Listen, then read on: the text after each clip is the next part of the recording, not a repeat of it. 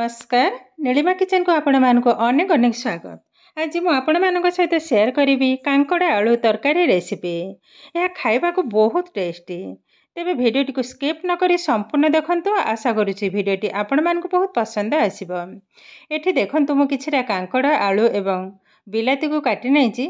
आ ए कांकड़टा देसी कांकड़। तो ए सीजन रे वर्षा सीजन रे ये कांकड़ा किंतु बहु परिमाण रे बाजार रे मिले किंतु रेट टिके अधिका। तो भल भाव में धोई सारा पर काटी नहीं दी फाड़ करे आठी दीटा आलू को छोट छोट आकार काटी नहीं गोटे टमाटो। एबे रोसे स्टार्ट करवा। गैस रे ऑलरेडी बसई नहीं कड़ईटा भल भाव में तातिला पर पकई नेली 2 टेबल स्पून सोरिष तेल। तेलटा भल भाव में तातिला पर भाजी नबा आलू सबुजाक आलू को आग पकई नेबे टिके गोले नबा हल्का टिके। एबे कभर कर नबा लो फ्लेम रे आलूटा को टिके भाजी नबा। एबे पुणी कभरटा को खोली आउ टिके गोले नेबे। आलूटा किंतु टिके भल भाव में भजा हवा दरकार। एबे दे दबा स्वाद अनुसार लुण। केवल आलू पई ही लुणटा पकई नेले भल भाव में गोले नेबी पुणी कभर कर नेबी। एई भली भाव में आलूटा को आग भल भाव में टिके भाजी नबा। तापरे कांकड़ को भाजीबा पुणी कभर कर नबा। आ ए तरकारी एतेटा सुंदर लगे केवल गोटे तरकारी हेले भात सहित आउ किछि भी लागिबानी। एबे देखंतु आलूटा भजा हैला परे तारी उपरे कांकड़ जाको पकई नेले। एबे भल भाव में गोले नबा पुणी कभर कर नेबे। देख आउ लुण किंतु पकेबिनी पछरे पकेबे।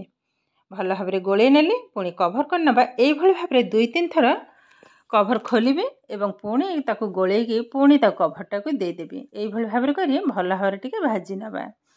एबे देखंतु ये भजा किंतु हमर पाखापाखी रेडी हो गलानी। कलर भी चेंज हो जाइए। एबे यहाँ को गोटे प्लेट रे बाहर कर नबा। से कड़ई रे पकई नेबी तेल। तेलटा भल भाव में गरम होला परे पकई नबा 5 फुटण सामान्य टिके हेंगु। हेंगुटा पकईले तरकारी फ्लेवरटा बहुत सुंदर आसे। एबे पकई नेली टमाटो टिके हल्का गोली नेला परे दे दबा स्वाद अनुसार लुण। एठी मो लुणटा टिके देखैकी पकेबाको हबो जेहेतु मो कांकड़े लुणटा पकई नथिली केवल आलू रे ही पकईथिली। पकई नेली हल्दी पाउडर रेड चिल्ली पाउडर जीरा पाउडर सामान्य टिके पानी पकई नेबी जेहेतु सुखिला मसला मो पकईचे पोड़ी हे जबो। गैस रो फ्लेम को एकदम लो रे ही रखीचे। 2-3 मिनिट पई मसलाटा को भल भाव में कसी नबा। एबे देखंतु टमाटो भी सिझे गलानी हल्का टिके भांगी नबा। एटी गोटे टेबल स्पून सोरिष बटा ताकू पकई नेली जोटा कि कला सोरिष भल भाव में गोले नबा। एबे देखंतु यह को आउ बेसी समय कसीबिनी जस्ट गोले सारला परे भाजिकी रखिथिबा आलू एवं कांकड़ को पकई नेबे। यह को मध्य भल भाव में कसी नबा पाखापाखी 2-3 मिनिट मीडियम फ्लेम रे ही भल भाव में कसीबी। आ ये कषाटा जेते भल हबो तरकारी टेस्ट मते भल हबो। देखंतु कलरटा केतेटा सुंदर देखा होचे। ये कषा हमर एकदम रेडी हो गलानी। एबे दे दबा पानी। पानीटा देखिकी दबा को हबो।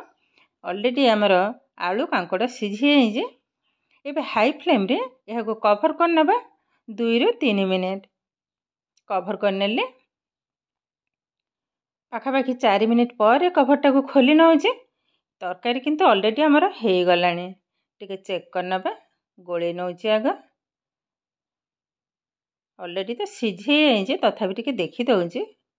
देखंतु कांकड़ भी सिझे गलानी आलू भी सिझे गलानी। एबे गैस टा को बंद कर नबा गोटे प्लेट रे ढाली नेबे।